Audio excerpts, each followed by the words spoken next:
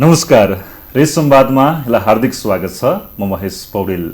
तपाईं कार्यक्रम रेस संवाद रे टेलिभिजनमा हेर्न सक्नुहुन्छ। रेस संवादमा हामी समसामयिक विषयवस्तुमा बहस संवाद गर्ने गर्छौं। देशमा तातिरहेका महत्त्वपूर्ण विषयवस्तुहरू, सामाजिक, आर्थिक, हाम्रा संस्कृति, चाडपर्व सबै विषयवस्तुमा हामीले संवाद बहस गर्दै आइरहेका छौं। र नेपालीहरूको महान चाड विजयादशमी हाम्रो घर आँगनमा आएको छ। विजयादशमी नजिकै छ। सबैजना आफ्नो घरमा जानको लागि, थातथलोमा जानको लागि काठमाडौँ उपत्यकाबाट बाहिरिरहनु भएको छ र विजयादशमी आइरहँदाखेरिमा सबैमा एउटा हर्ष, उमङ्ग, उल्लास हुने गर्छ। विदेशबाट पनि आफ्नो जन्म घरमा बुवाआमाको, आफ्ना आफन्तजनको, प्रियजनको, आफूभन्दा ठुला बडाको हातबाट टीका थाप्नको लागि आउने क्रम पनि त्यस्तै छ। र विजयादशमीको यही सङ्घारमा हामी विजयादशमी कसरी मनाउनु पर्छ, यसको सांस्कृतिक धार्मिक महत्त्व के छ र यसपालिको विजयादशमीको टीकाको सायदको विषय, विजयादशमीमा हामीले जुन दुर्गा भवानीको पूजा गरिन्छ, नवरात्र भनिन्छ, यसमा कुन कुन देवीको पूजा आराधना गरिन्छ, यसपालिको दशैँको टीकाको सायद सँगै कहिलेसम्म टीका लगाउन मिल्ने हो, दशैँ के धार्मिक सांस्कृतिक यसको चाहिँ ग्रन्थमा के कुरा उल्लेख भएको छ, दशैँको महत्त्व खास के हो, दशैँलाई हामीले कस्तो खालको पर्वका रूपमा लिन सक्छौँ, यिनै विषयमा आज हामी दशैँ विशेष कार्यक्रमलाई अगाडि बढाउनेछौँ। हामीसँग आचार्य श्री ज्योतिष पण्डित बलराम उपाध्याय खकुरेलजी आज कार्यक्रममा रहनुहुन्छ। हामी उहाँसँग संवाद गर्नेछौँ। दशैँ विशेष, यसको सांस्कृतिक धार्मिक महत्त्व सबै विषयमा हामी दशैँ विशेष नै आज कार्यक्रमलाई बनाउनेछौँ। स्वागत छ गुरु यहाँलाई। हस्, धेरै धेरै धन्यवाद छ यहाँलाई। हजुर, अब 2080 सालको विजयादशमी पनि नजिकै छ। हामी दशैँकै सङ्घारमा छौँ। तपाईँसँग कुराकानी गरिरहँदाखेरिमा विजयादशमी भन्ने बित्तिकै यसको धार्मिक सांस्कृतिक महत्त्व, यसको ग्रन्थमा के उल्लेख हो, यहीँबाट मैले प्रश्न सुरु गरेँ यहाँको लागि। विजयादशमीको अब यसलाई हामीले हेर्यौँ भने यसलाई हरेक दृष्टिकोणबाट हाम्रो यो नेपाली समाजमा निकै यो उपयोगी देखिन्छ। धार्मिक हिसाबले हेर्ने हो भने पनि हाम्रा धर्मग्रन्थहरूमा यस चाडको बारेमा धेरै कुराहरू लेखिएका छन्। विजयादशमी हामीले त्यस कारणले गर्दा यो दशैँ लागेपछि विशेष गरेर शक्तिको उपासना गरिने पर्व भएको हुनाले 9 दिनसम्म भगवती दुर्गाका विभिन्न मन्दिरहरूमा जाने, दर्शन गर्ने अथवा घरैमा पनि दुर्गाकै आह्वान गरेर पूजा आराधना गर्ने, यो हाम्रो धार्मिक पक्षहरू रहे। साथसाथै यसमा यो समयमा चाहिँ विभिन्न पुराणहरू, देवी भागवत, मार्कण्डेय पुराण लगायतका पुराणहरूको आयोजना गरेर श्रवण गर्ने, यो धार्मिक पक्षहरू रहे। त्यसपछि अब हाम्रो यो सांस्कृतिक पर्वको रूपमा यसलाई विचार गर्नुपर्दा अब यो हाम्रो परम्परामा धेरै अगाडिदेखि चलेर आएको। अब यसको परम्परा हेर्ने हो भने हामीले अहिलेदेखि भेट्ने होइन, यो त सृष्टिको आदिम कालदेखि नै भेटिन्छ।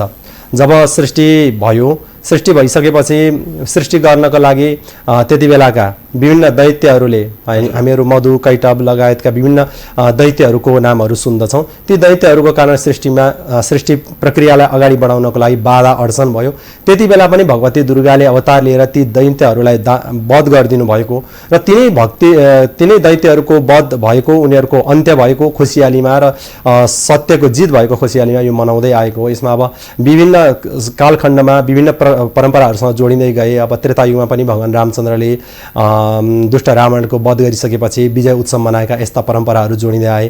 त्यस कारणले गर्दाखेरि यो जहाँ पनि सनातन धर्मावलम्बीहरू छन्, कसैले यसलाई भव्यताका आफ्नो प्रमुख चाडको रूपमा यसलाई मनाएका छन्, आफ्नो संस्कृतिको रूपमा मनाएका छन् भने कहीँतिर चाहिँ आफ्नो गौण परम्पराको रूपमा यसलाई मानेका छन् भने आफ्ना अन्य सनातन धर्मका अन्य पर्वहरूलाई विशेष मान्दछन्। तर अब हाम्रो नेपाली समाजमा चाहिँ यो आदिमकालदेखि नै हाम्रो नेपालीहरूको चाहिँ मुख्य पर्व विजयादशमी भनेर यो 9 दिनसम्म भगवतीको आराधना गरेर 10औं दिनमा चाहिँ त्यही भगवतीको प्रसाद लगाएर कहिले पनि कसैको अगाडि पनि झुक्न नपरोस्, कसैको अगाडि पनि शिर ननिउरियोस्, सदैव सत्यकै बाटोमा अगाडि बढ्न सकियोस् भनेर चाहिँ यसरी आशीर्वाद दिने, देवीको प्रसादबाट दिने गरिन्छ भने यसले अब सामाजिक पक्षलाई हेर्ने हो भने यो समयमा चाहिँ टाढा टाढा पुगेका बन्धुबान्धवहरू पनि आफ्नो नजिकमा आउने, वृद्ध बुवा आमाहरूको, मातापिताको साथमा आएर उहाँहरूबाट टीका प्रसादहरू लगाउने र सबै टाढिएका परदेशीहरू पनि घरमा चाहिँ जम्मा हुने भएको हुनाले यसले आपसी भाइचारा, सद्भावहरू यसले बढाउने नै गर्दछ। हजुर, अब गुरु यो घटस्थापनाबाट सुरु हुन्छ होइन विजयादशमी।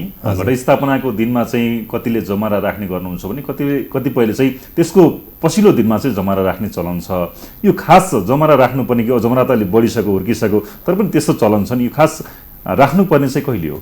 यो हाम्रो नेपालको विशेषता भनेको नै यही हो। एउटै कार्य पनि अनेक तवरले हाम्रो गाउँ ठाउँ अनुसार हुने गरेका छन्। यो दशैंको सन्दर्भलाई मात्र नलिएर हरेक पक्षलाई हेर्छौँ भने, हामी हरेक पूजाआजालाई हेर्छौँ भने हामी ती विविधताहरू पाउँदछौँ। यो त विशेष गरेर अझै महिलाहरूलाई थाहा हुन्छ। विवाह नभइन्जेलसम्म आफ्नो घरको एउटा परम्परा हुन्छ, विवाह भइसकेपछि आफ्नो घरमा जाँदा माइतको एउटा परम्परा, घरको एउटा परम्परा, मावलीतिर जाँदा अर्को परम्परा होइन। पुरुषहरूले पनि यो याद गर्ने विषयहरू नै हुन्छन्। याद गर्न खोज्दा चाहिँ सबैमा विविधता भए पनि कुरो चाहिँ खासै त्यति धेरै फरक चाहिँ पर्ने होइन। जस्तो यसमा हाम्रो विशेष गरेर परम्पराहरू द्वितीयको दिन राख्ने पनि देखिन्छ, तर के भने मुख्य कुरा चाहिँ देवीको उपासना हो। देवीको उपासना गर्नेको लागि चाहिँ घटस्थापनाको दिन नै देवीको आराधना गरिन्छ। अब होला सायद प्राचीन कालमा पहिलाको अब जसो सबै गाउँठाउँका मिलेर एकै ठाउँमा दसैँ घरमा नै दसैँ राख्ने होइन, पूजा गर्ने, त्यसको लागि समय दिनुपर्ने भएको हुनाले, त्यो नभ्याउने भएको हुनाले भोलिपल्टदेखि गर्ने भन्ने यस्तो परम्परा बसेको पनि हुनसक्छ। देवीको प्रसादको रूपमा 9 दिनसम्म उमार्ने भएको हुनाले द्वितीयको दिन राखियो भनेदेखि चाहिँ दशमीको दिन हुन्छ भनेर यसरी गरेको पनि परम्परा चाहिँ देखिन्छ कतिपय ठाउँमा। तर घटस्थापना देवीको प्रसाद मानिएको हुनाले हामीले देवीको लाई जुन दिन आराधना गर्छौँ, जुन दिन आवाहन गरेर पूजा गर्छौँ घटस्थापनाकै दिन, यही दिनदेखि नै राख्नु चाहिँ उपयुक्त हुन्छ। तर आफ्नो परम्परा द्वितीयकोमा छ भने पनि त्यो त्यति धेरै ठुलो आपत्तिको कुरा चाहिँ होइन। हजुर, यो जमराको महत्त्व चाहिँ के हो? जमरा खास किन छरिन्छ? जमराको केही वैज्ञानिक महत्त्व पनि छ भनेर चर्चा हुन्छ। जमराको जुस खायो भने मान्छे स्वास्थ्यवर्धक हुन्छ भन्ने कुराहरू पनि छ र देवीको यो एउटा चाहिँ मनपर्ने पुष्प पनि भनिन्छ जमरालाई। सँगै यसको अन्य जमराको महत्त्व चाहिँ के हो? विजयादशमीमै जमरा लगाउनु पर्ने कारण चाहिँ के हो? धार्मिक सांस्कृतिक अब यस्तो हुन्छ। अब हाम्रा संस्कृतिमा यस्ता विभिन्न कुराहरू यसमा जोडेर आएका छन्।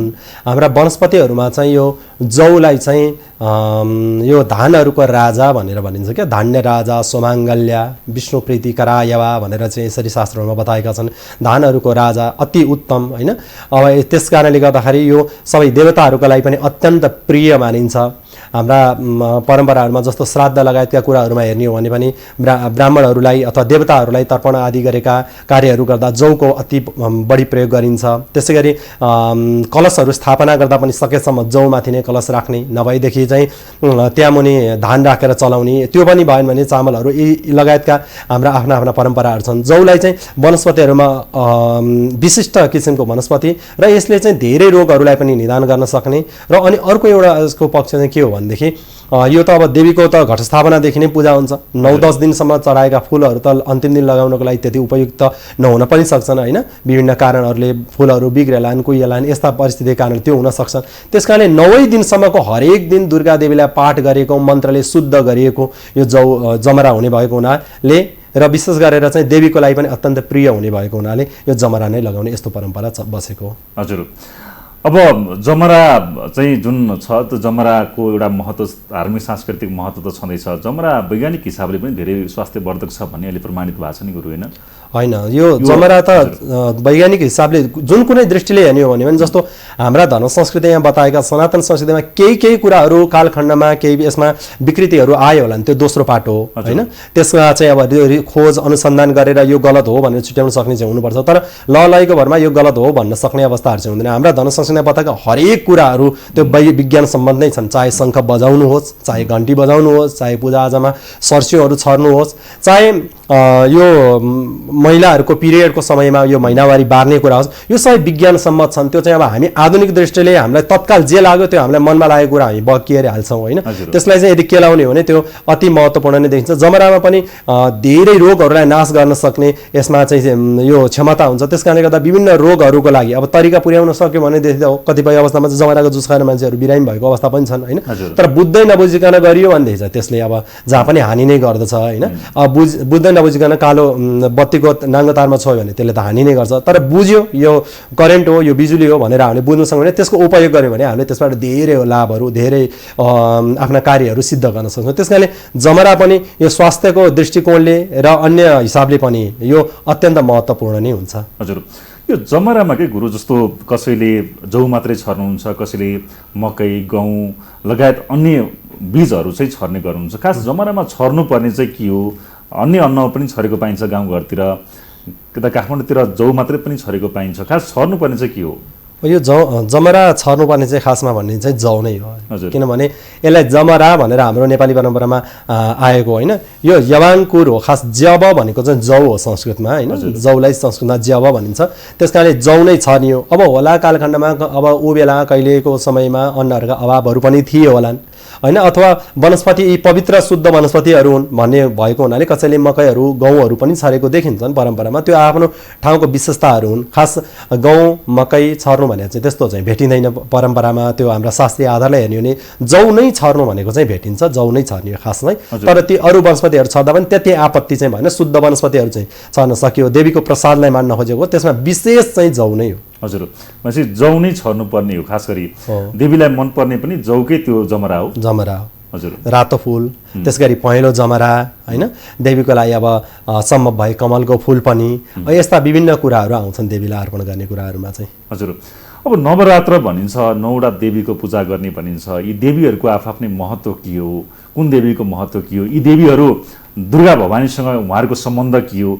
यसमा के प्रश्न पार्दिनुहोस् न। यस्तो छ, अब हाम्रो देवीको चाहिँ अब विभिन्न परिस्थितिवश नामहरू फरक भएका हुन्। आखिर देवी त एउटै स्वरूप नै हो, होइन। पराशक्ति भनेर पनि भनिन्छ। सृष्टिको आदिम कालदेखि नै जब भगवानलाई त्यो परमपुरुष परमात्मालाई सृष्टिको इच्छा हुन्छ, उहाँले को इच्छा हुने बित्तिकै उहाँले शक्तिलाई स्वीकार गर्नुहुन्छ। प्रकृतिको आश्रय नलिकन कुनै पनि संसारमा व्यवहार हुन सक्दैन। त्यस कारणले प्रकृति भनेको नै देवीको स्वरूप हो, होइन। आदिम कालदेखि नै चलेर आएको छ। त्यस कारणले गर्दा शिवजीको स्वरूपमा पनि अर्धनारीश्वर भनेर चाहिँ शिवजीको उपासना गरिन्छ। आदि शरीर चाहिँ शिवजीको, आदि चाहिँ गौरीको भनेर गरिन्छ। अब हामीले सुस्तानी लगायतका कथाहरूमा पनि पढेका छौँ। विभिन्न पुराणहरूमा अनेकन देवीसँग सम्बन्धित धेरै पुराणहरू छन्, होइन। ती पुराणहरूमा देवीबाट नै यो सृष्टिको प्रक्रियाहरू अगाडि बढ्न सकेको। कतिपय अवस्थामा जस्ता सृष्टिको परम्परामा हेर्दा पनि आदिम कालमा पनि, अब अहिले मात्र होइन, आसुरी स्वभाव भएका व्यक्तिहरू त्यति बेला पनि थिए, होइन। त्यति बेलाका व्यक्तिहरूलाई चाहिँ दुष्ट राक्षसहरू भनियो। अब अहिले हामी गुण्डाहरू भनौँला, होइन। तर त्यो भने समाजलाई चाहिँ जसले हानि गरेका छन्, होइन, समाजमा रहेका जुन सज्जनहरूलाई जसले पीडा दिएका छन्, तिनीहरूलाई नै दुष्ट दानव राक्षस यी कुराहरूको व्यवहार गरिएको। त्यति बेला पनि देवताहरूको तेजबाट, देवताहरूको शक्तिबाट प्रकट भएको नै देवी मानिन्छ र प्रकृतिको स्वरूप पनि देवी नै हो। त्यस कारणले गर्दाखेरि आदिम कालदेखि नै आएको छ। अब स्वस्तानीको परम्पराहरूमा जोडिँदाखेरि चाहिँ सृष्टिको प्रारम्भमा नै भगवान शङ्करजीको विवाह चाहिँ सतीसँग भयो भन्ने हामी स्वस्तानीहरूमा पनि पढेका, होइन। त्यही सती देवी नै, त्यही एउटै देवी नै हो। उहाँले विभिन्न रूपहरू धारण गर्नुभएको छ। अनि त्यसपछि जब दक्ष प्रजापतिको यज्ञमा चाहिँ शिवजीको अपमान भयो, उहाँले आफ्नो शरीरलाई त्याग गरिदिनु भयो। पुराणमा प्रसङ्गहरू अनुसार कहीँ योगाग्नि प्रकट गरेर आफै भस्म हुनुभयो, कहीँ चाहिँ अब अग्निमा हम फाल्नुभयो, अथवा आफ्नो शरीरलाई त्याग गरिदिनु भयो भन्ने यस्ता प्रसङ्गहरू आउँछन्। शिवजीले त्यो देवीको शरीरलाई बोकेर हिँड्दा चाहिँ यो पृथ्वी सारा घुम्नुभयो शिवजी, हजुर, होइन। अब हामी जस्तो साधारण क्षमताको मनुष्य होइन, होइन, आदि पुरुष नै हुनुहुन्थ्यो। त्यस कारणले गर्दा जहाँ जहाँ जानुभयो उहाँका शरीरका अङ्गहरू जहाँ जहाँ पतन भए त्यहाँ त्यहाँ एउटा सिद्धपीठ भयो। त्यो देवीका हरेक क्षेत्रहरू अति नै महत्त्वपूर्ण छन्। सबैभन्दा पहिला हाम्रो काठमाडौँमा नै, होइन, देवीको चाहिँ सतीदेवीको गुह्य पतन भएको हुनाले यो गुह्येश्वरी भनेर रह्यो। त्यो अत्यन्त शक्तिशाली सिद्धपीठ मानिन्छ। यो आदिम कालदेखिका नै त्यहाँबाट धेरैले सिद्धिहरू प्राप्त गरेका कुराहरू हामी स्वस्तानी लगायतका स्कन्द पुराणहरूमा पनि पढ्न पाउँछौँ। यसरी विभिन्न ठाउँहरूमा देवीका अङ्गहरू पतन हुँदै गएका छन् र अन्तिममा गएर हाम्रो यो सल्यानको छाया क्षेत्र भनिन्छ, होइन। त्यहाँ देवीको सतीका सबै अङ्गहरू पतन भए, त्यहाँ पिशाचेश्वर महादेव उत्पन्न हुनुभयो भन्ने यस्ता प्रसङ्गहरू पनि आउँछन्। एउटा चाहिँ देवीको यस्तो तरिकाले चाहिँ सिद्ध पीठहरू, शक्तिपीठहरू, देवीका रूपहरू भएका छन्। कहीँ देवीका दाहिने आँखा पतन भएका, कहीँ दाँत पतन भएको ठाउँलाई अब दन्तकाली भनेर पनि भनिन्छ, होइन। कहीँ कान पतन भएका छन्, कहीँ स्तन पतन भएका छन्। अनि देवीका विभिन्न अङ्गहरू जहाँ जहाँ पतन भए त्यहाँ त्यहाँ सिद्धपीठ उत्पन्न भयो। एउटा त्यो शक्तिका पीठहरू मानियो हो एउटा चाहिँ। अर्को चाहिँ देवीका अवतारहरू, देवीले जहाँ जहाँ अवतार लिएर जुन जुन राक्षसहरूको वध गर्दै जानुभयो त्यही अनुसारले पनि उहाँका स्वरूपहरूको चर्चा भएका छन्। अब यो नवदुर्गामा चाहिँ जस्तो देवीका 9वटा स्वरूप चाहिँ एउटै, जस्तो सतीको शरीरलाई त्यागिसकेपछि देवीले हिमालय पर्वतकी छोरीको रूपमा चाहिँ उहाँले शरीर ग्रहण गर्नुभयो र पर्वतको छोरी भएको हुनाले नै उहाँको नाम पार्वती भयो। अनि पार्वती भयो उहाँले चाहिँ शिवजीलाई पूर्वजन्ममा भगवान शङ्करजीकै पत्नी हुनुहुन्थ्यो। पछिल्लो जन्ममा पनि उहाँले पर्वतकी छोरी भएपछि नै शिवजीलाई नै पतिको रूपमा चाहनु भयो। त्यसै सन्दर्भमा उहाँले धेरै व्रतहरू गर्नुभएका छन्। त्यस कारणले गर्दा उहाँले ब्रह्मचर्य व्रतमा लगाएर शिवजीलाई पति प्राप्त गर्न सकियोस् भनेर उहाँले सबैभन्दा पहिला व्रत गर्नुभयो। त्यही भएर उहाँ ब्रह्मचारिणी ब्रह्मचर्य व्रतलाई लिएर चाहिँ गर्नुभएको हुनाले उहाँ चाहिँ ब्रह्मचारिणी देवी भनेर रहनुभयो होइन। प्रथमम शैलपुत्री छ भनेर भनिन्छ। त्योभन्दा अगाडि प्रथमम शैलपुत्री भनेको शैल भनेको पहाड हो, संस्कृतमा पहाडलाई शैल भनिन्छ। शैल पहाडको छोरी भएको हुनाले शैलपुत्री, त्यस कारण पहिलो त्यो हो। दोस्रो ब्रह्मचारी, द्वितीय ब्रह्मचारिणी होइन। दोस्रो चाहिँ ब्रह्मचारी को अवस्थामा बसेर चाहिँ उहाँले साधना गर्नुभयो, त्यस कारणले उहाँको नाममा ब्रह्मचारिणी भनेर भयो। तृतीयम चन्द्रगण्डेती, उहाँले को चाहिँ शरीरमा शिवजीको कृपा पनि प्राप्त उहाँलाई होइन।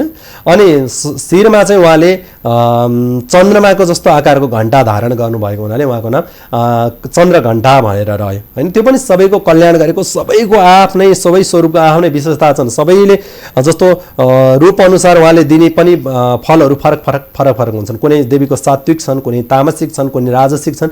जस्तो साधकले जस्तो स्वरूपको चिन्तन गर्दछ उसले त्यस्तै फल प्राप्त गर्दछ। त्यही भएर चण्डी पाठमा पनि आउँदछ यम यम चिन्तयते कामम तम तम प्राप्नोति निश्चितम परमेश्वरे मतुलम प्राप्स्यते भूतलम। तिमीले जे जस्तो जस्तो चाहनाले जस्तो स्वरूपको चिन्तन गर्छौ त्यस कारणले तिमीले त्यस्तै फल पाउँदछौ। त्यस कारणले कसैले आविचारिक यज्ञ गर्छन्, कसैको नराम्रो होस् भनेर त्यही तरिकाले गर्छन्, उनीहरूले त्यो फल प्राप्त गर्न उनीहरूको आफ्नो पनि केही दुर्गति होला अथवा आफूले चाहेको अभिष्टलाई प्राप्त गर्न। कसैले सात्विक वृत्तिले देवीको उपासना गर्दछन् बलिहरू नदिइकन होइन। सामान्य हिसाबले देवीलाई चाहिँ अब जे वनस्पतिबाट जे प्राप्त हुन्छ फुल दुबो यस्तै सामग्रीहरू चढाएर नरिवलहरू चढाएर गर्न, त्यही अनुसारले फल प्राप्त हुन्छ। कसैले राजसिक हिसाबले देवीको पूजा गर्न, त्यही अनुसारले जस्तो तरिकाले देवीको उपासना गर्यो त्यस्तै फल प्राप्त हुन सक्दछ। त्यस कारणले देवीका स्वरूपहरू चाहिँ अनेकन देखिन्छन्। हजुर, अब यो असत्यमाथि सत्यको विजय भनेर पनि विजयादशमीलाई चिनिन्छ गुरु होइन। यो धर्ममा चाहिँ यसो कुरा के हो? खास राक्षसहरूलाई वध गरेर असत्यमाथि सत्यको विजय भएको त्यस्तो प्रसङ्ग के छ धर्ममा? दुर्गा भवानीले के गर्नुभएको थियो? के भएर विजयादशमी मनाउन थालियो? यस्ता त धेरै प्रसङ्गहरू छन्। हाम्रा पुराणहरूलाई केलाएर हेर्ने हो भने कहीँ पनि सत्यको हार भएको देखिन्छ। तात्कालिक रूपमा भएको देखिला होइन, तत्कालको रूपमा केही लीलाहरूको कारणले पनि हारेको देखिला, तर अन्तिममा गएर सत्यकै जित भएका छन्। पुराणका हरेक प्रसङ्गमा आउँदछन्।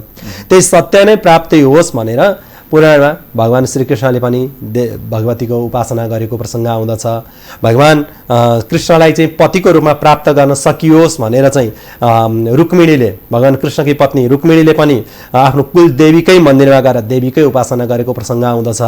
गोपिनीहरूले हेर्ने हो भने भागवतमा कात्यायनी महामाहे महायोगिन्यधीश्वरी नन्द गोपसुतम देवी पतिम्य कुरुते नम। हे कात्यायनी देवी, हजुरले चाहिँ हामीलाई यो नन्दगोपका छोरा भगवान् कृष्णलाई नै हाम्रो पतिको रूपमा चाहिँ हजुरले प्राप्ति गराइदिनुहोस् न भनेर प्रार्थना गरेका यी प्रसङ्गहरू आउँदछन्। र उनीहरूले जे चाहेका छन् ती कुराहरू सिद्ध भएका पनि छन्, प्राप्त भएका पनि छन्। यो त यहाँ कुरा भयो।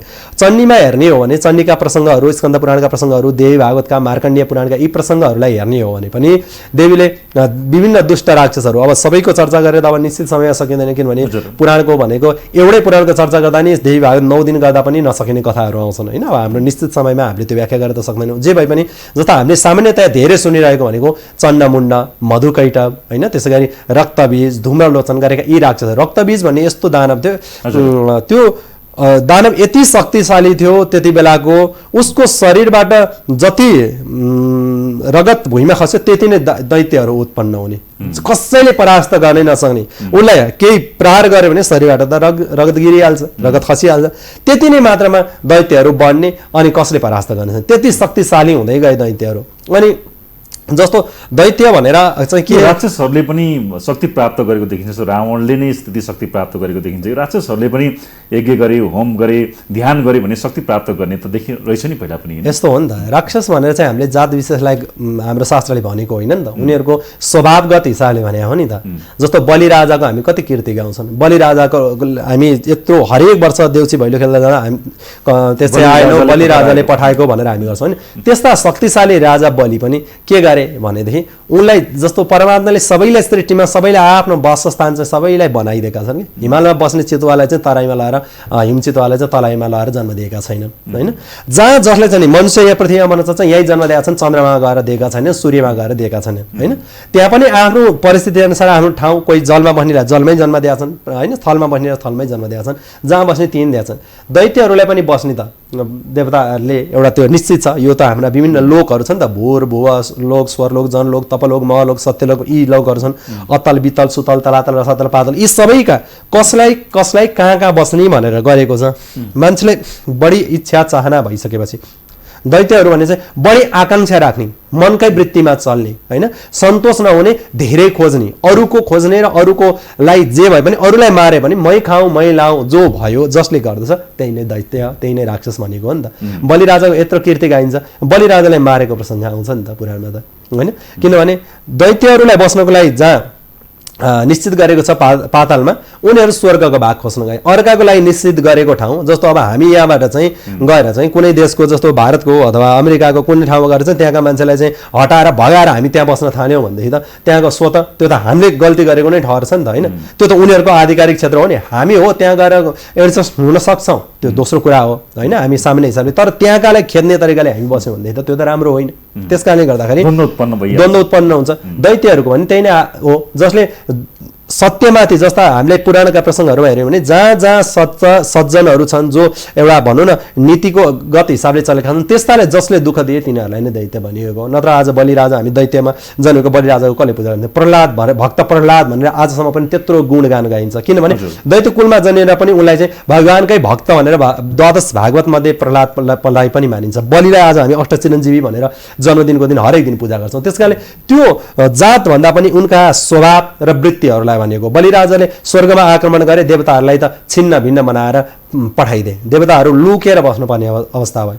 भनेपछि आफ्ना सृष्टिका प्राणीहरूको यदि दुर्गति हुन्छ भने त्यसको जगेर्ना नगरेर कसले गर्छ? हाम्रो घरमा जे हामीले जसलाई बस्नको लागि, आफ्ना छोराछोरीहरूलाई बस्नको लागि जुन व्यवस्था गरेको थियो, यो कोठामा यो बस्छ भनेर, त्यो उसलाई खेदाएर अर्को व्यक्ति आएर बस्छ भने हामीले स्वतः त्यसलाई निकाल्ने कि ननिकाल्ने, त्यही नै हो। त्यस कारणले गर्दाखेरि देवीले सृष्टिको व्यवस्थालाई सही तरिकाले मिलाउनको लागि नै भनेर गरेको हो। यहाँ चाहिँ दैत्य राक्षस भन्नाले जसको चाहिँ मनमा कुवासना छन्, होइन, भौतिकता मात्रै छन्, अरूको केही पनि छैन, अरू सबै मरिजाउन् भन्ने जस्तो भावना छ, तर आफूलाई चाहिँ हुन पर्यो भन्ने जस्तो कुभावनाहरू भएकालाई नै नाश गर्ने भएको हुनाले यसमा कुनै व्यक्तिको हत्या, व्यक्तिको वध मात्र होइन, मनका दुर्भावनाहरू, मनका कुभावनाहरूलाई पनि नाश गर्ने भन्ने प्रसङ्ग हो। यसमा चाहिँ मधुकैटभ दैत्यका वध गर्नुभएको प्रसङ्ग पनि यसमा जोडिन्छ हामीले विजयादशमी मनाउँदा, होइन। त्यसै अर्को भगवान रामचन्द्रले पनि रावणलाई त्यत्रो शक्तिशाली, त्यत्रो विद्वान, रावण त ब्राह्मण कुलको, हामी राक्षस किन भने भन्दा जातले त, व्यक्तिले त, शरीरले त होइन, उसको स्वभाव त्यत्रो विद्वान, रावणले स्वर्गमा जाने भर्याङ पनि बनायो अरे। रावणले शनि ग्रहको खुट्टा काटेर शनिलाई चाहिँ लङ्गडो बनाइदिने, त्यति सामर्थ्य भएको पनि उसको अन्तिममा गएर चाहिँ उसको मन चाहिँ कुभावनामा लाग्यो, होइन, दुर्भावनामा लाग्यो, जसको कारणले उसलाई राक्षसको संज्ञामा उसलाई वर्गीकरण गरियो। त्यस कारणले गर्दाखेरि उसको वध गर्यो। त्यस कारणले असत्य कर्म गरेको, उसको राक्षसी स्वरूप, राक्षसी स्वभावलाई चाहिँ नाश गरेको खुसियालीमा, राक्षसी नाश हुनु भनेको नै सत्यको विजय हुनु। त्यस कारणले गर्दा यो खुसियालीमा चाहिँ हामीले विजयादशमी भनेर मनाएको हो। हजुर, अब यो विजयादशमीसँग जोडेका दुई चारवटा प्रसङ्ग छन्, जस्तो मिठो खाने, राम्रो लगाउने, अब दसैँमा मासु नै खानुपर्छ भनेर पशु बलि पनि धेरै नै दिन्छ, मासु नखाएसम्म त दसैँ नै आएन भन्ने खालको अवस्था छ। कतिपय केही व्यक्तिहरू अथवा केही समूहहरू चाहिँ यो पशु हत्या गर्नु हुँदैन, उसको पनि आत्मा छ, पशु हत्या गर्नु चाहिँ राम्रो होइन भन्ने चर्चा पनि भइरहेको छ। कुरो यो खास बलि दिनु राम्रो हो अथवा होइन, बलि दिएर मासु खाने चलन छ, विजयादशमीमा दसैँमा मासु नखाए के दसैँ भन्ने खालको अवस्था छ नि, अहिले त के भन्नुहुन्छ? यस्तो हुन्छ, अब सबै कुरा हामीले आफूले ठ्याक्क नाङ्गो आँखाले एकचोटि हेर्ने बित्तिकै त्यो जे देखियो त्यही ठिक हुँदैन। मान्छे, होइन, अगाडिबाट हेरेको मान्छे सग्लो छ, एकदम राम्रो, एकदम देखिन्छ भने ऊ रोगी नै छैन भनेर भन्न पनि सकिँदैन, होइन। ओ भित्र चाहिँ एकदम गलेर कामै नलाग्ने भइसकेको व्यक्ति पनि बाहिर राम्रो देखिन पनि सक्छ, बाहिर नराम्रो देखेको व्यक्ति भित्र चाहिँ स्वस्थ हेल्दी हुने हुन्छ। हाम्रा धर्म संस्कृतिमा यस्ता विविध पाटाहरू छन्, होइन।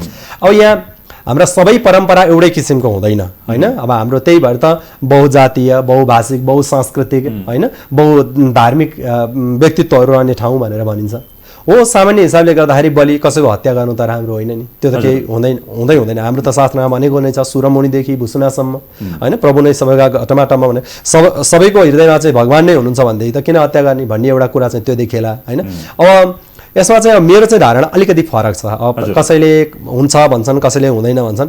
मेरो धारणा चाहिँ के हो भने नभएको भएदेखि त प्रमाण काँडा लिएर आए त होइन, शास्त्रीय प्रमाण त देखिन्छ होला, बलिको प्रमाण त देखिन्छ होइन, बलिको प्रमाण देखे उनीहरूले बलिको विधान अनुसार नै गर्दछन्, यी पशु गायत्री सुनाउँदछन् गर्छन् होइन। अब त्यो परम्परा अब नेपाल फेरि तन्त्रको भूमि हो, अब हामीले यहाँ मात्र भनेर हुँदैन, हाम्रा नेपालका ठुला ठुला शक्तिपीठहरूमा यहाँ मात्र होइन, हामी बसन्तपुर त्यति शक्तिशाली जहाँ कुमारीको त्यत्रो पूजा पनि हुन्छ होइन, त्यस्तो बसन्तपुरमा पनि बलि दिएर एउटा परम्परा हुँदै आएको छ। अब हाम्रो अहिले सामान्य दृष्टिले जस्तो बुवाले छोरालाई चर्क्न लागेको देख्यो भने राम्रो त लाग्दैन, आफ्नो छोरालाई पिट्ने कस्तो चाहिँ रहेछ भनेर देख्नेले त भन्न सक्ला, तर के कारणले पिटेको छ भन्ने पनि होला होइन, त्यस्तो होला। अब हाम्रा परम्परामा शास्त्रको विधानमै नआएका थिए भनेदेखि चाहिँ त्यो छुट्टै कुरा हो। अब हामी सामान्य मनुष्य हौँ होइन, हामी भगवान् पनि होइनौँ, हामीले शास्त्र चाहिँ ए टु जेड सबै कदेखि ज्ञानसम्म हामीले शास्त्र सबै अध्ययन गरेर पनि सकेका छैनौँ होला, कसैले धेरै पढेका होलाौँ, कसैले थोरै पढेका होलाौँ, छुट्टै कुरा हो होइन, कोही पनि सर्व शास्त्रको ज्ञाता त कोही पनि छैन।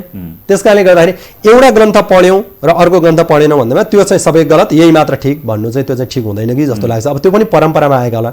मेरो विषय चाहिँ के लाग्छ, कसैले खान्छ भनेदेखि उसले आफूले खाने कुरा भगवानलाई समर्पण गरेर खायो अरे, त्यो हिसाबले त्यो मानेमा चाहिँ ठिक हो पनि भन्ने मलाई लाग्छ। त्यस कारणले म त्यस्तो बलिको खुलेर विरोध गर्दिनँ। हरेक शास्त्रमा चाहिँ पशु बलि दिने परम्परा पहिलेदेखि नै भइरहेको हो।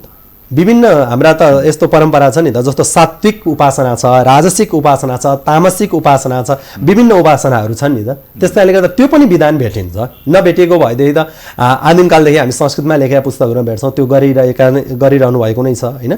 अब हाम्रो देशका प्रमुख जहाँ भनौँ तलेजु भवानीको पूजा हुन्छ होइन, त्यस्तो स्थानमा पनि बलि दिएर गरिन्छ, पशुपतिनाथमा पनि बलि दिएर पूजा गर्ने परम्पराहरू छन् होइन। त्यस कारणले गर्दा हामी वैदिक हिसाबले पूजा गर्ने बित्तिकै हामी हुँदैन भनेर चाहिँ हामीले तान्त्रिक हिसाब चाहिँ गलत हो भनेर भनिहाल्नु चाहिँ सान्दर्भिक हुँदैन कि जस्तो लाग्छ। त्यो चाहिँ भनेको विद्वानहरू बसेर अब सबै बसेर चाहिँ निचोड निकाल्ने कुरा हो, नत्र यो भनेको एउटाले अर्कालाई चाहिँ अलिकति तुच्छ वचन बोलेर एकले अर्कालाई चाहिँ होच्याउने भन्दा त्यसमा केही मिल्नेवाला चाहिँ छैन। किनभने दसैँमा त्यो एउटा मान्छेको एउटा परम्परा बसिसकेका छन्, सबै एउटा सात्विक वृत्तिका पनि हुँदैन, कतिपय समुदाय मतवाली समुदायहरूले पनि गराउँछ, उनीहरूको लागि खुसी भनेको नै त्यसैमा मात्र उनीहरूले देख्छन्। आफूले खान लागेको कुरा चाहिँ अब यस्तै खान्छु भन्दा पनि भगवानलाई सम्झेर खान्छन् भनेदेखि त्यसलाई के ठुलो आपत्ति भयो। जसरी पनि खाँदै नखानु सबैभन्दा उत्तम कुरा हो, खान्छन् नै भनेदेखि चाहिँ अर्पण गरेर खान्छन् भने होला कि जस्तो लाग्छ। तर अब सामान्य हिसाबले हेर्दा बलि ठिक परम्परा चाहिँ होइन, कसैको हत्या भने त राम्रो त होइन नि। हजुर, तर पशुलाई बलि दिएका पशुहरूले स्वर्गलोक पाउँछन्, उनीहरूको राम्रो जुनी पाउँछन् भनेर पनि सुनिन्छ।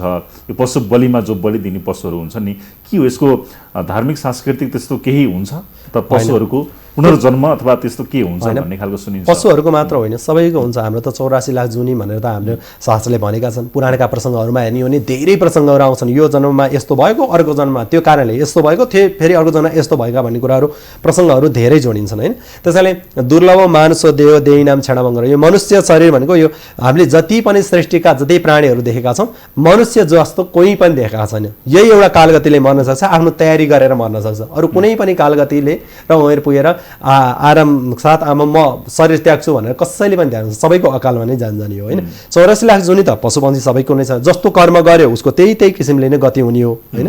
जति उसले कमायो उसले खर्च गर्ने त त्यही त हो नि होइन।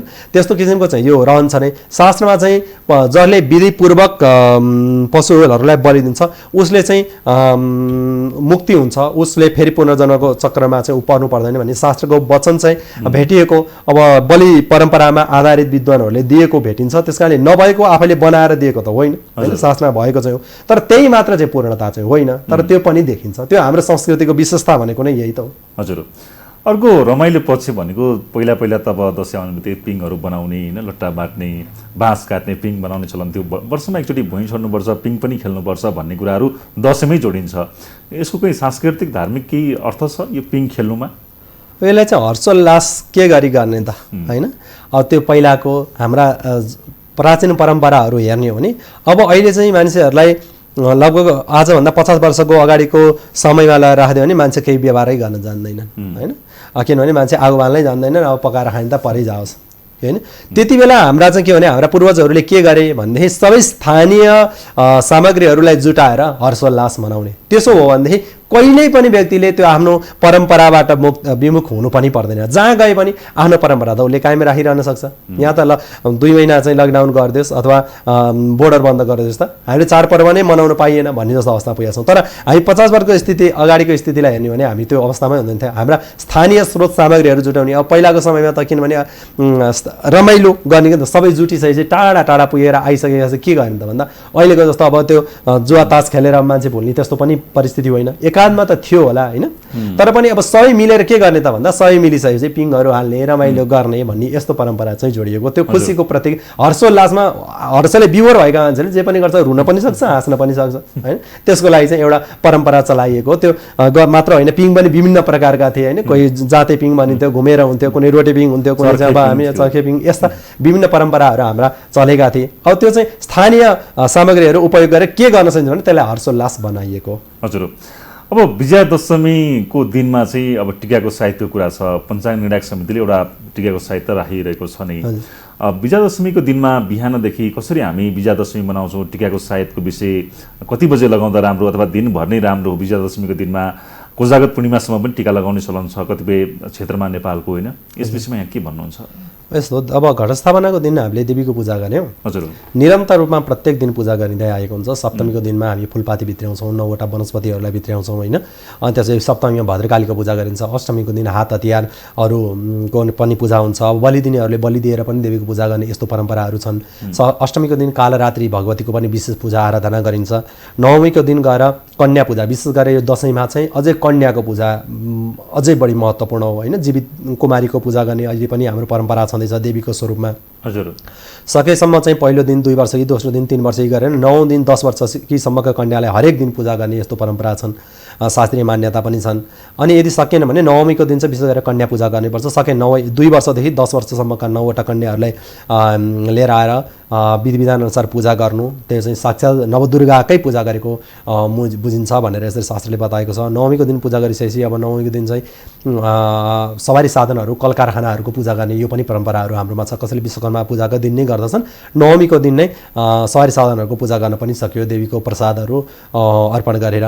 दशमीको दिन चाहिँ बिहान सबेरै नित्य पूजा गर्ने आफ्नो सम्पूर्ण पूजाहरू गरिसकेपछि त्यस दिन चाहिँ जया, विजया र अपराजिता होइन, सधैँ जय मिल्ने, विजय मिल्ने र अपराजिता, कहिले पनि पराजित हुन नपर्ने यी देवीको पूजा गर्नुपर्छ। हजुर, यी देवीको पूजा गरिसकेपछि अनि त्यसपछि देवीको सम्पूर्ण आफूले गर्नुपर्ने पूजा आरतीका कार्यहरू गरेर आरती पूर्ण पात्रहरू सम्पूर्ण गरेर विसर्जन गर्नुपर्छ। देवीको विसर्जन गर्नको लागि चाहिँ यो वर्ष चाहिँ सायद चाहिँ 10:38 रहेको छ। हाम्रो यो पञ्चाङ्ग निर्णायक समितिले नै यसलाई निर्णय गरेको छ। देवीको विसर्जन गरिसकेपछि अभिषेकहरू लिनुपर्दछ, आफ्ना कुलपितृहरूलाई प्रसादहरू छुट्याउनु पर्दछ। अब कतिपय परम्परामा चाहिँ आफ्नो घर अगाडिलाई राख्ने अथवा आफूले मानेको देवताहरूको मन्दिरमा लिएर गएर चाहिँ आफूले उमारेको जमराहरू चढाउने यस्तो परम्परा पनि छ। त्यही नै आफ्ना घरका कुलपितृहरूलाई प्रसादहरू अर्पण गरेर अनि यो वर्ष चाहिँ अब दसैँको लागि टिका चाहिँ 11:02 समयमा, बिहानको 11:02 समय यो उपयुक्त उत्तम समय मानिएको छ। अब हुन त भगवतीको प्रसाद लगाउनको लागि त्यति नै कुर्नुपर्छ भन्ने चाहिँ होइन, तर पनि जे हामी लगाउन त राम्रो समय त भएमध्ये पनि त राम्रो समय होला नि त भन्दाखेरि चाहिँ यति। किनभने हाम्रा शास्त्रमा चाहिँ ज्योतिषशास्त्रमा चाहिँ 5वटा समयहरू बताएको छ सूर्योदयदेखि सूर्यास्तसम्मको लागि। एउटा प्रातःकाल, एउटा सङ्गपकाल, अर्को मध्याह्नकाल, अपराह्नकाल र सायंकाल भन्छ। मनुष्यहरूको पूजाका लागि होइन चाहिँ यो सङ्गपकाल उपयुक्त भएको हुनाले बिहान प्रातःकाल पनि कटेको र मध्याह्न पनि नभेटेको समय भएको हुनाले प्रायः जसो टिकाका साइतहरू यही 10-11 बजेकै समयहरूमा पर्दछन्। भाइटिकाको समय पनि लगभग यही समय नै पर्दछ। यसमध्येको उपयुक्त समयलाई हेरेर गरिने हो। तर भगवतीको प्रसाद लगाउने भएको हुनाले हामीले त्यो दिन देवीको विसर्जन गरिसकेपछि बिहानदेखि लगातार लगाउन सक्छौँ। अब आफ्नो परम्परा अनुसार अब भगवतीको पूजा त गरेको प्रसाद त अब हामी तीर्थयात्राहरू गयौँ भने मान्छेले महिना दिनसम्म तीर्थयात्रा गरेर आएर महिना दिनपछि पनि हामी प्रसाद लगाउँछौँ भनेदेखि भगवतीको प्रसाद घरमै पूजा गरेको भगवती प्रसाद हामीले पछि लगाउनु हुँदैन भन्ने चाहिँ होइन। तर पनि अब हाम्रो परम्परा कसैको चाहिँ दशमीको दिन मात्रै लगाउने, अरू दिन नलगाउने भन्ने परम्परा देखिन्छ। पूर्णिमासम्म लगाउने परम्परा पनि देखिन्छ, पूर्णिमासम्म लगाउन पनि मिल्छ, त्यसलाई आपत्ति हुँदैन। हजुर, अब यो दशैँको दिनमा आशीर्वाद दिँदाखेरिमा मन्त्रहरू जुन भनिन्छन्, यो मन्त्रहरूको चाहिँ अर्थ महत्त्व के हो? अब पहिला त हजुरबा हजुरआमाले त राम्रो गरेस् होइन, चिरञ्जीवी भएस्, सन्तानहरूले राम्रो गरून् भन्ने खालको आशीर्वाद दिन्थ्यो। अब संस्कृतमा पनि मन्त्रहरू दिन्छ नि, आयु द्रोण सुते, यो अलिकति यसको बारेमा भनिदिनुहोस् न। जस्तो अब आशीर्वाद भनेको अब टीका लगाइसकेपछि वृद्धावृद्धाले दिने भनेको त्यही होइन, जीवनका धेरै भोगाइहरू हुन्छन्, जीवनका धेरै अनुभवहरू हुन्छन् होइन। यसै पनि उमेरलाई पार गरेको जीवनमा साधना पनि धेरै हुन्छन्, किनभने व्यक्तिले अहिले जति गरेको छ, आजसम्म हामीले जति सत्कार्य गरेका छौँ, आजभन्दा 10 वर्षपछि त त्योभन्दा केही बढी नै सत्कार्य गर्छ नि त होइन। वृद्ध भइसकेपछि मानिसको मनमा जति जवानीमा उमेरमा जति कुविचार दुर्भावनाहरू जति नराम्रा व्यवहारहरू भए पनि उमेर ढल्किँदै गरेपछि व्यक्ति अटोमेटिक नै ऊ चाहिँ आध्यात्मिकतातिर ढल्किन्छ। आध्यात्मिकताले उसले केही न केही कुरा प्राप्त गर्छ, शक्ति साधना हुन्छ, मान्छेले आफूले जप गर्छन्, पूजा गर्छन्, उनीहरूले दिएको आशीर्वाद लाग्दछ। त्यस कारणले गर्दाखेरि अब पहिलाको समयमा अब अलिकति अब नेपालको परिस्थितिमा भन्ने हो भने पहिलेदेखि अलिकति शिक्षाको अलिकति कमी नै रह्यो होइन। ग्रामीण भेगहरूमा धेरै व्यक्तिहरू शिक्षाबाट वञ्चित पनि भए। अलिकति गाउँघरमा श्लोकहरू पढेर अझ यो भानुभक्ति रामायणहरू छापिएपछि अझै बढी शिक्षामा अलिकति मान्छेको अझ पहुँच बढेको। अनि त्यस कारणले गर्दा अब अरू नजाने पनि बाबु तिम्रो राम्रो होस्, अब के भन्नु त भने सन्तानले डाँडा काँडा ढाकुन्, अनि त्यसपछि सधैँ स्वस्थ भएको देख्न पाइयो, 100 वर्ष बाँचेस् होइन। अब त्यो जानेको त्यही हो, अब भन्ने नि त्यही त हो, आशीर्वाद दिएको भने तिम्रो मङ्गल कामना होस्। हामीले जसलाई भेट्यो भने अहिले पनि भनेको त्यही त हो, अब हामीले ह्याभ अ गुड डे भनेर भन्छौँ होइन, तपाईँको दिन राम्रो होस् आएर भने त्यही त हो होइन। उहाँहरूले भनेको हाम्रो प्रार्थना राम्रो होस्, तिम्रो कल्याण होस् भनेर भनियो। अब त्यसमा चाहिँ मन्त्रहरूसहित भन्न सक्यो भने संस्कृत भाषा भनेको देव भाषा मानिन्छ। आज विज्ञानले पनि यो स्वीकारिसकेको छ होइन। कम्प्युटरहरूमा पनि संस्कृतको प्रयोग गर्नदेखि लिएर विदेशतिर पनि संस्कृतका निकै वर्चस्वहरू बढेका छन्। त्यस कारणले गर्दा संस्कृतमा आशीर्वाद दिने मन्त्रहरू प्रशस्त छन्। संस्कृतका वचनहरू कहिले पनि कसैको लागि नराम्रो होस् भनेर भनेकै छैन होइन। सबै कल्याण देव शान्ति भनेर भनिन्छ, सबैतिर शान्ति होस् भन्छ। भद्रं कर्णे भी मन्त्रहरू छन्, सबैले राम्रो सुनुन्, सबैले राम्रो देखुन् भन्दछ। सहना भवतु सनौ भनतु भन्छ, हामी सबै मिलेर बसौँ, सँगै बसेर व्यवहार गरौँ होइन। कहिले पनि कसैको धनमा कुदृष्टि नलगाउँ, यस्ता विभिन्न कुराहरू भनेका छन्। अब त्यसमा चाहिँ विशेष गरेर दसैँमा चाहिँ अब राम्रा आशीर्वाद, किन 9 दिनसम्म देवीको उपासना गरेर प्राप्त भएको आशीर्वाद चाहिँ पुरुषहरूलाई दिँदा आयुर् द्रोण सुते श्रेयं दशरथे शत्रुक्षयं राघवे ऐश्वर्यं नौसे गतिस्स पवने मानञ्च दुर्योधने शौर्यं शान्तनवे बलं हलधरे सत्यं च कुन्ती सुते विज्ञानं विदुरे भवन्तु भवतां कृतिस्स नारायणे। यो के भने राम्रो जस्तो आयु द्रोण सुते होइन, अश्वत्थामा द्रोणाचार्यको छोरा, अश्वत्थामा चाहिँ चिरञ्जीवी भनेर अहिले पनि गनिन्छन् क्या। भगवान् कृष्णले पनि जस्तो उसलाई लखेट्नु भयो तर पनि ऊ अष्ट चिरञ्जीवी हो, ऊ चिरञ्जीवी भएको कारणले उसलाई मार्नु भएन होइन, उनी बचे। त्यस कारणले आयु चाहिँ अश्वत्थामाको जस्तै लामो होस् भने, कहिले मृत्यु नहोस् भने, त्यो राम्रै हो, दीर्घायु होस् भनेर कामना गर्नु होइन। अनि ऐश्वर्य चाहिँ दशरथजीको जस्तै होइन। कस्तो भने जसका छोरा नै राम भएर जन्मे, भगवान नै राम छोरा भएर आउनुभयो, अब बुहारी नै लक्ष्मी भएर आए, अब त्यहाँभन्दा ऐश्वर्य के चाहियो होइन। अनि त्यसपछि शत्रुक्षयं राघवे, अब रामजी जस्तै त्यस्ता पराक्रमी, त्यस्ता शत्रुहरूलाई पनि नाश गर्न सक्ने। अब जसको अब शत्रु त यो संसारमा कोही कसैको नहुने कोही हुँदैन रहेछन् होइन। हुन त अब युधिष्ठिरजीलाई अजात शत्रु भनेर भनिन्छ युधिष्ठिर, तर शत्रु परास्त गर्नको लागि चाहिँ भगवान् रामचन्द्र शत्रुक्षयं राघवे होइन। ऐश्वर्य चाहिँ नहुस राजाको जस्तो स्वर्गमा गएर पनि उहाँले आफ्नो एउटा प्रभाव जमाउन सफल हुनुभएको थियो। अनि गति चाहिँ मानञ्च दुर्योधने, मान चाहिँ भनेको अभिमान चाहिँ आफ्नो विचारमा अडिग भनेको चाहिँ दुर्योधनको जस्तो होस् होइन। होला दुर्योधनको चरित्रको रूपमा चाहिँ अब शास्त्रमा विभिन्न खलपात्रको रूपमा वर्णन गरिएको छ। उनले त्यो बेलामा चाहिँ जे गरे त्यो गलत नै गरे, त्यस कारणले गर्दाखेरि एउटा महाभारतको युद्ध जन्मिनुको मुख्य भूमिका भनेको दुर्योधनको कारणले हो। तर पनि ऊ आफ्नो विचारमा कहिले पनि विचलित भएनन्। त्यस कारणले गर्दा तिमी पनि आफ्नो विचारमा आफूले गरेको सत्कार्यमा, आफूले यो गरेको मनको निश्चय, भित्री आत्माले भनेको कार्यमा चाहिँ तिमी दृढ निश्चय भएर आफ्नो कार्यमा लाग होइन। अनि त्यसपछि हावाको जस्तो गति होस्, कसैले पनि रोक्न नसक्ने यस्ता चाहिँ त्यसलाई मिलोस् भनेर चाहिँ यसरी आशीर्वाद दिएको पुरुषहरूको लागि होइन। यस्ता धेरै कुराहरू छन्। महिलाहरूको लागि चाहिँ अब जयन्ती मङ्गला काली भद्रकाली कपालिनी दुर्गा क्षमा शिवा धात्री स्वाहा स्वधा नमस्ते भन्नु। अब देवीका यी 9 नामहरू छन् होइन। यी जयन्ती मङ्गला काली भद्रकाली यी देवीका विभिन्न उहाँका गुण अनुसार नामहरू निर्धारण भएका छन्। जे गर्नुभयो त्यस कारणले उहाँको नामहरू त्यसरी बन्दछ देवताहरूको होइन। अब हाम्रो पनि समाजमा हुन्छ नि कसैको चाहिँ जस्तो खेत अलिकति गहिरोमा छ भनेदेखि उसलाई गैरी खेते भनेर चाहिँ भन्ने चलन छ होइन। हाम्रो समाजमा पनि नाम त्यसरी छ। देवीले पनि जे सत्कार्यहरू गर्नुभयो उहाँको त्यही अनुसारले नाम रह्यो हो। उहाँले जस्तो जस्तो सत्कार्य गर्नुभयो त्यस्तै त्यस्तै सत्कार्य तिमीले पनि गर्नु है भनेर भगवतीको नाम लिएर चाहिँ आशीर्वाद दिएको। नाम त अरू अन्य वैदिक मन्त्रहरू पढेर पनि आशीर्वाद दिन सकिन्छ, तर अब दसैँमा यो रूढ भएको छ, यो राम्रो पनि छ। सबै कुराको चाहिँ राम्रो राम्रो फल मिलोस् भनेको हुनाले यो आशीर्वाद दिनु अझै उत्तम हो। हजुर, कुरो अब हामी अन्तिममा छौँ, विजयादशमी नजिकै छ। अन्तिममा तपाईँले सम्पूर्ण टेलिभिजन हेर्नुभएका दर्शकहरूलाई जो हामीलाई हेरिराख्नु भएको छ, तपाईँको कुरा सुनिराख्नु भएको छ, उहाँलाई के भन्न चाहनुहुन्छ? विजयादशमीको अवसरमा मान्छेले स्वास्थ्यको पनि ख्याल गर्नुपर्ने कुरा होला होइन, र यसो धार्मिक सांस्कृतिक पक्षसँग जोडेका कुराहरू पनि केही छन्, के भन्नु छ कार्यक्रम मार्फत अन्तिममा यहाँलाई? यस्तो छ, अब यो हाम्रो नेपालीहरूको असाध्य महत्त्वपूर्ण पर्व। नेपाल मात्र नभएर हामीहरू नेपाली भाषीहरू जहाँ जहाँ छन् त्यहाँ सबैले मनाएका छन् होइन। अब मेरो चाहिँ अब मुख्य आग्रह, विदेशमा पनि अहिले साहित्य हेरेर टिका लगाउने चलन छ, लगाइन्छ। यो के कति राम्रो हो? यो चाहिँ यो त होइन, यसो देवीको प्रसाद त सँगै लगाउन सकियो। कुनै पनि काम गर्दा अझै राम्रो समय, उपयुक्त समय हेरेर गर्छु भन्नु त राम्रो हो नि होइन। यात्रा गर्न निस्किँदैछ भनेदेखि अथवा हामी व्यावहारिक नै काम केही गर्दैछौँ भनेदेखि यति बेला गर्दा चाहिँ राम्रो हुन्छ भनेर गर्नु त त्यो त एकदम सान्दर्भिक नै हो। शास्त्रले बताएको पनि त्यही नै हो होइन।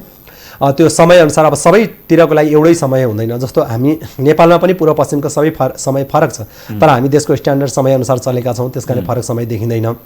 नत्र हामी यति सानो मुलुक भएर पनि लगभग आधी घन्टाभन्दा बढी हाम्रो देशको समय अन्तर पर्दछ होइन। पूर्व र पश्चिमको समय एउटै हुँदैन, तर पनि राष्ट्रिय समयअनुसार यति बजे चाहिँ यो कार्यहरू गर्ने भनेर यसरी निर्धारण भएका छन्, त्यो राम्रो हो। त अब यसमा चाहिँ चाडपर्वको बारेमा चाहिँ मेरो भन्नुपर्दा जस्तो हाम्रो नेपाल चाहिँ नेपाली भाषीहरू जहाँ जहाँ भए पनि हामी विभिन्न संस्कृतिका विभिन्न परम्पराका धनी व्यक्तिहरू हौँ संसारकै होइन। आर्थिक हिसाबका विपन्नता, राजनीतिक सङ्कटका बिच पनि हामी हाँसेर हामी बाँच्न सक्ने हामी नेपालीहरू हौँ। त्यस कारणले गर्दा दक्षिणको मुख आइसकेपछि विभिन्न टिका टिप्पणीहरू हुने गर्दछन्। कसैले बलि दिनु हुँदैन भनेर एकअर्कालाई ओछ्याउने, कसैले दिनुपर्छ भनेर ऊ गर्ने, त्यही किन गरिरहने? यो परम्परादेखि चलेर आएको छ, अर्काले खान्छ किन आफू अशान्ति हुने अशान्त हुने होइन। त्यस कारणले गर्दाखेरि कसैले गरेको छ भने उसले गर्यो गलत उसैले बोक्छ होइन। हो, आफूले नगर्नुहोस्। जस्तो मेरो सन्दर्भमा भन्दा पनि हामी पहिल्यैदेखि हाम्रा बुवा हजुरबुवादेखि नै हामी मांसाहारी होइनौँ, हाम्रा कसैको मुखमै परेका पनि छैनन् होइन। तैपनि तर मलाई चाहिँ त्यस्तो लाग्दैन। आफ्नो परम्परा छ भने सबैको एउटै परम्परा हुनुपर्छ भन्ने छैन। हाम्रो यो विविधता हो होइन। सबैको आफ्ना परम्परा छन्। कहीँ गएर द्वितीयको दिन जमाएर राख्छ भने होइन प्रतिपदाको दिन राख्नुपर्छ, यो गलत हो भनेर, किनभने त्यो परम्परा चलेर आएको छ। त्यसले समाजलाई के हानि पुर्यायो त? समाजलाई यदि हानि पुर्याउँदछ हाम्रा कर्महरूले, हाम्रा संस्कारहरूले, हाम्रा व्यवहारहरूले हो भनेदेखि चाहिँ त्यसलाई हामीले सुधार्नको लागि गलत हो भनेर भन्नु ठिक हुन्छ जस्तो लाग्छ। होइन, समाजलाई हानि गरेको छैन भने आफ्ना परम्परा त सबैको विविधता हुन सक्छ नि त। त्यस कारणले कसैको आस्थामाथि पनि प्रहार गर्ने त्यो कार्यहरू चाहिँ नगर्नु होला यहाँहरूले। र साथसाथै आफूले जे जस्तो तरिकाले मनाउनु भएको छ, आफ्नो जे हैसियत छ, आफ्नो अवस्था अनुसार होइन, यही नै गर्नुपर्छ भनेर भनेको छैन। शास्त्रमा दसैँ मनाउनको लागि मासु खानै पर्छ भन्ने पनि छैन, खानै हुँदैन भन्ने पनि भेटिँदैन। नयाँ लुगा लाउनै पर्छ भन्ने पनि छैन, लगाउनै हुँदैन भन्ने पनि छैन। त्यस कारणले गर्दा यस्ता कुराहरूमा रुम लिनुभन्दा पनि यो शक्तिको उपासना गर्ने पर्व भएको हुनाले यहाँहरूले सबैजनाले यो विजयादशमीसम्मको अवधि देवीको विशेष अवधि हो। यो बेलामा गरेका शक्ति सञ्चयहरूले परेको बेलामा व्यक्तिलाई एउटा निरता, एउटा गरेका कामकाजमा सफलताको लागि महत्त्वपूर्ण भूमिका खेल्दछ। त्यस कारणले यहाँहरूले पनि शक्तिको उपासना गर्नुहोस्। केही नभए पनि देवीको नाम मन्त्रहरू मात्र जप गर्दा पनि त्यसले अवश्य पनि लाभ मिल्दछ नै। अब हामीले प्रत्यक्ष रूपमा अनुभव गर्न सकौँ या नसकौँ होइन, मिलेकै हुन्छ। हामीले लगाएको कपडाले तातो भएन भने हामीले अनुभव गरे पनि नगरे पनि उसले गर्ने काम त उसले गरि नै हाले हुन्छ। त्यस कारण हामीले गरेको साधनाले हामीले फल दिन्छ, कसैलाई ढिला देला, कसैलाई चाँडै देला, कसैलाई छिटै आवश्यक पर्ला, कसैलाई ढिला आवश्यकता पर्ला। त्यस कारणले गर्दाखेरि आफ्नो जे जस्तो छ सामाजिक सद्भावपूर्वक यो पर्वलाई मनाऊ।